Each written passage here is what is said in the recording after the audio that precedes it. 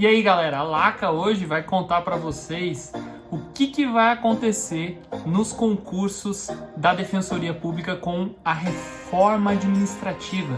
Então fica comigo até o final para vocês entenderem o que eu tô falando e qual a perspectiva que a gente vai ter nesse assunto. Né, Laca? Olá, meus futuros colegas concursados, eu sou o professor Werner Heck, vocês estão aqui no canal Defensolândia e hoje eu vou falar para vocês sobre o que a reforma administrativa vai impactar nos concursos da Defensoria Pública. E a primeira coisa que eu tenho para falar para vocês é uma notícia de esperança. Por que esperança, professor? Porque a Emenda Constitucional 80... ela trouxe uma situação bem peculiar, ela fez uma alteração nos atos de disposições constitucionais transitórias e ela dá uma obrigatoriedade para a Defensoria Pública de estar em todas as comarcas do Brasil até 2022. Isso significa expansão dos órgãos, né, defensoriais, de toda a Defensoria Pública como um órgão nacionalizado e único, né, porque tem o princípio da unicidade na Defensoria Pública. Isso significa dizer que a gente deveria ter despesas mais altas do que projetadas aí para a Defensoria Pública para fazer essa expansão e dar conta de garantir os direitos para as pessoas que mais precisam. Então esse é o primeiro ponto, né?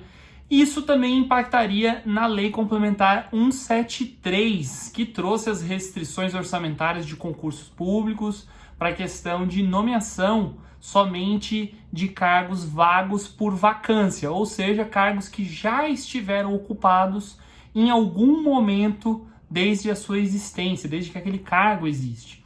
Essa é a disposição que a gente tem na Lei Complementar 173, e isso é algo que seria contraditório, né? A gente tem essa restrição até 31 de dezembro de 2021. Isso seria contraditório ao que traz a Emenda Constitucional 80, com a sua alteração do ADCT. Então a gente tem uma situação aí um pouquinho complicada. Se tem um órgão que está numa situação bem favorável para que isso seja levado a uma discussão judicial, eventualmente até o Supremo Tribunal Federal, e consiga aí avanços favoráveis à expansão, nomeação, direcionamento orçamentário, na minha opinião, é a Defensoria Pública. Por quê? Porque ela estava em atraso com relação ao Ministério Público e à magistratura. Então, por isso que a gente tem a Emenda Constitucional 80 com essa alteração na DCT, a gente tem as questões de autonomia orçamentária e financeira que o Supremo vem reiterando, no sentido de que sim, a Defensoria Pública tem e que os entes federativos, os estados, não podem, nem a União, podar esses orçamentos que a Defensoria Pública exige para atingir as metas necessárias de acesso à justiça que estão impostas à instituição. Então é um panorama relativamente bom para a Defensoria Pública, né? Óbvio, né? Podia estar melhor, mas não tá tão bom assim.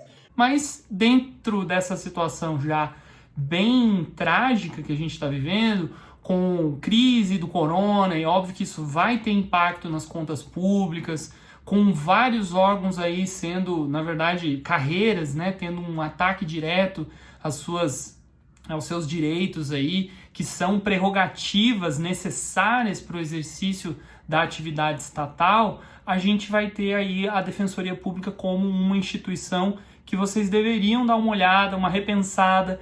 Quem não está estudando para a Defensoria Pública, que por acaso encontrou meu vídeo aí navegando pela internet, dá uma olhada no canal Defensolândia, se inscreve lá, talvez seja um canal que vai abrir os olhos de vocês por uma instituição que está aí numa situação relativamente favorável, como eu acabei de explicar para vocês, uma situação em que ela está posicionada com possibilidade de expansão, quando a gente tem vários órgãos sem essa possibilidade, sem essa esperança.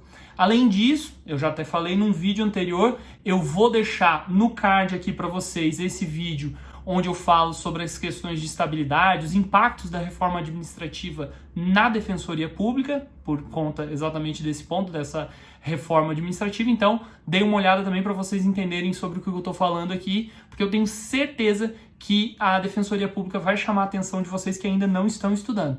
Quem já está estudando, está gostando do conteúdo aqui, óbvio, deixa aquele like maroto aqui para o YouTube entender que esse é um vídeo de relevância para mais pessoas verem ele, porque é importante que muitas pessoas vejam essa informação para que o canal cresça e tudo mais.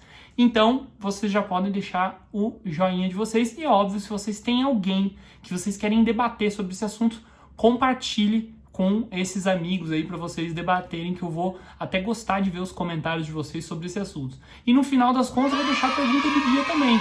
Vocês concordam com isso que eu estou falando? Vocês acham que a Defensoria é um órgão que está numa situação privilegiada em comparação aos outros, que tem condição de expansão, ou não também, né? Óbvio, eu quero ouvir a opinião de vocês, eu quero conversar com vocês e saber o que vocês pensam, tá? Então, esse é o meu primeiro panorama. Tendo em vista todos esses argumentos, eu acredito que a Defensoria Pública vai sim continuar abrindo concurso, vai sim continuar nomeando em quantidades significativas em relação a outros órgãos, até porque ela está para trás em estrutura, ela está para trás em quantidade de pessoal, e ela precisa, quanto mais crise a gente tem no nosso país, em regra, mais se precisa da Defensoria Pública. Eu notei isso na minha atuação durante a crise toda do corona até hoje. Realmente é difícil, aumentou significativamente a nossa demanda, tem muita demanda aparecendo, a atuação cada vez mais complicada. Eu especificamente atuo na tutela coletiva